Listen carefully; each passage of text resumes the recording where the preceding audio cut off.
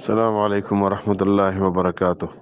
ګوره مولانا، دا تاسو چې د عوامو د ګروپ نه یو دوه کلیپونه دی ګروپ کې نقل کړي دي د قرات خلف الامام په حواله سره. لومبه دا خبره خو ذهن کې واچوي چې قرات خلف الامام اختلافي مسله ده او د امت په ائمو کې معرکۃ الاراء مسله ده. امام ابو حنیفه رحمۃ اللہ علیہ یعنی مونږ احناف د قرات خلف الامام نه په سری موس کې قائل یو نه په جهري کې قائل یو. شوافی او مالکیا په جهري او په سری دواړو کې قائل دي او هغه چې کوم دین او بیا امام پسې وای په خاموشۍ کې. امام احمد ابن حنبل رحمت الله علیه په جهري کې قائل نه دی او په سری کې قائل دی. بیا دی کې دا اختلاف هم دی ائمه چې دا به کوم وخت ویل کیږي. آیا چې امام قرات کوي فاتحه وای نو دی ور پسې قرات او فاتحه وای کنا چې کله امام سکتاتو کی وی او د امین نه پس دغه سکتو کی دی کې بووي او د صورت نه بعد چې سکتو کی په دی کې بووي. دا بیا ځان ته اختلافي مسله ده. بعضی ائمه چې پاغي کې امام بخاری رحمت الله علیه هم قائل له هغه د سکتاتو قائل له او نور ائمه هغه وی چې نه امام چې کوم د امام پسې قرات خلف الامام قائل دي هغه بیا په نورو امام قرات په دوران کې فی نفس کا چې کوم دینو قائل دي چې سړی په خپل نفس کې وای. نو اوله خبره خدا دا چې دا مسله ډیره اختلافي ده او اختلاف چې راغله ده د دلایلو د تعارض په بنیاد راغله ده. مونږ احناف د عدم قرات ته ترجیح ورکو، شوافی د قرات ته ترجیح ورکي. بیا شوافی او په مالکیو کې اختلاف ته چې احناف مالکیا د سورۃ فاتحه او د سورۃ د دواړو قائل له او امام شافعی رحمت الله علیه صرف د فاتحه قائل له. دا ډیره زیاته معرکۃ الاراء مسله ده او دواړو طرف ته دلایل دي. دی کې یو دم دا نشي ویلې چې ما سره دلیل شته او بل سره نشته. په دغه بنیاد باندې په دې حواله سره امام بهقی رحمت الله علیه، خود امام بخاری رحمت الله علیه کتاب القراء جزء قرات خلف الامام او دارنګ نور حضرات فصل الخطاب حضرت شاه صاحب رحمت الله علیه لیکل دي. په دې باندې شیخ سرفراز خان صفدر رحمت الله علیه کتاب لیکل احسن الکلام فی قرات خلف الامام. د کرنګي واړه لوی کتابونه په دې باندې مستقل لیکل شوی دي. په دې وجه باندې د مسله باندې دومره زور ورکول عوامو په منځ کې انتشار برپا کول دا انتهایی نامناسبه ده، ځکه چې دا بجای د داسې قسمه یو ځای کې رایج نه ده یو خبره او الته کې ته د هغې ترویج کول غواړي نو ظاهر خبره ده چې بل طرف ته به خلک بیا مخالف جوړیږي. دویمه خبره دا ده چې زموږ احناف چې د قرات خلف الامام قائل نه یو نو هغې کې ډومبنې بنیادی دلیل زموږ قرآن پاک دی.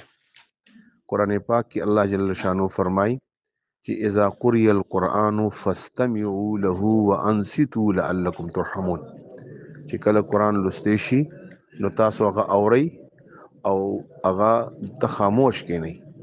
فاستمعوا وانصتوا، انصات ویل شي خاموشۍ ته. نو چې امام قرات کوي اوس د مذاهب اربعو کې یو کس هم یو امام هم ته نه بخاری نه امام احمد ابن حنبل نه ابن تیمیه نه بل یو دا نه دی ویلي چې امام کله قرات کوي نو تم سر په جهر قرات کوه. ټول چې قائل هم دي نو هغه فی نفسک او چې کوم دی هغه قائل دي. نو لومبنه زموږ خو دلیل قرآن پاک آیت دی چې کلم قرآن پاک لوستل کیږي نو تاسو هغه اوري او هغې ته خاموش کینئ. دویمه خبره، دویم حدیث د رسول الله صلی الله علیه وسلم حدیث دی چې دا په ابو داود کې دی، ترمذی کې دی، نورو کتابونو کې دی، مرسل او مرفوع دواړه روایت کړی شوی دی. حافظ ابن تیمیه رحمت الله علیه فتاوی کبرا کې د دې تسهیم کړی دا، د دې ترجیم ور کړی دا. روح المانی کې د دې تصحیح ترجیح او د دې د سنداتو چې کوم وغه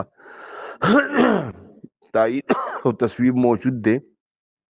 او هغه حدیث دا دی چې من کان له امام فقراءة الامام له قراءة، د چا چې امام موجود وي نو د امام قرات د هغه قرات دی. دا حدیث مرفوم دی، دا حدیث مرسلم دی. دغه حدیث ته چې کوم دی نو ائمه هغه صحیح ویلی دي او د امت ثلث یو دو ثلث یو چې کوم دی نو تقریبا په دې باندې عمل دی. ما تلقت الامه بالقبول وان لم يكن له اسناد صحیح، دا حدیث صحیح دی په دې تعریف سره هم او نور د سند په اعتبار سره هم. دویم حدیث د مسلم روایت دی، دغه د حضرت ابو هريره رضی الله تعالی عنہ روایت دی، د حضرت ابو موسی اشعری رضی الله عنه روایت دی، او دا دواړه په صحیح مسلم کې روایت دی چې رسول الله صلی الله علیه وسلم فرمایي اذا كبر الامام فكبروا واذا ركع فركعوا واذا سجد فاسجدوا، لیکن ورسره لیکي واذا قرأ فانصتوا، چې کله قرآن امام قرات کوي نو بیا تاسو فانصتوا خاموش کړئ، خاموش اوسئ. اوس د دین به سری روایت چې کوم دینو هغه څنګه موجود وي د حضرت عبد الله بن مسعود او نور کبار صحابه کرامو فتاوی په دې باندې موجود دي، دا غي اقوال په دې موجود دي. په دې وجه باندې د لا چې کوم حدیث لا صلاه الا بفاتحه الكتاب روایت دی ذکر کو یا بل ذکر کو، د دې روایت امام احمد ابن حنبل رحمت الله علیه نه هم او دا رنګ چې کوم دینو نور ائمه حضرت سفیان ابن عیینه نه هم او د ترمذی کې ابو داود دواړو کې روایت موجود ده چې د من کان له امام فقراءة الامام له قراءة، دا حدیث د مقتدی لپاره ده او لا صلاة الا بفاتحه الكتاب روایت چې ده دا د امام او د منفرد لپاره ده. نو تطبیق بین الادله مراغلو په دې وجه باندې مونږه دا نه وایو چې شوافی په غلطه دي یا حنابلة په غلطه دي، هغه استدلالات نسی زمونږ استدلال دی. مونږ احناف د عدم قرات ترجیح ورکو او هغه د قران پاک وړاندې خو قران دی رستو حدیث دی او بیا په حدیثو کې خپل کې تعارض دی، بیا د کوم د قرات وینا ده باغی کې کوم مختلف دغه دی. بعضو روایتو کې هغه لا صلاة الا بفاتحه الكتاب پور راغله دي او په بعضو روایتو کې لا صلاة الا بفاتحه الكتاب فصاعدا پور راغله دي. نو اوس په دې وجه باندې مونږ ترجیح عدم قرات ته ورکو.